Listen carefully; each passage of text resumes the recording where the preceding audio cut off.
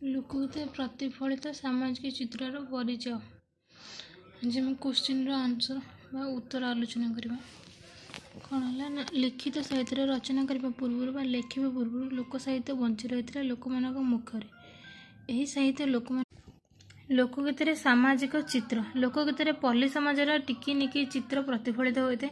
ପରିବାରରେ ବାସ କରୁଥିବା ସମସ୍ତଙ୍କ ମଧ୍ୟରେ କ'ଣ ହୋଇଥାଏ ନା ସ୍ନେହ ସୌହାର୍ଦ୍ଦ୍ୟପୂର୍ଣ୍ଣ ବନ୍ଧନ, ସମସ୍ତେ ତିକ୍ତ ସମ୍ପର୍କ ଆଦିର ଚିତ୍ର ମଧ୍ୟ ଦେଖିବାକୁ ମିଳେ। କେଉଁଠି ଭଲରେ ରହୁଛନ୍ତି ତ କେଉଁଠି।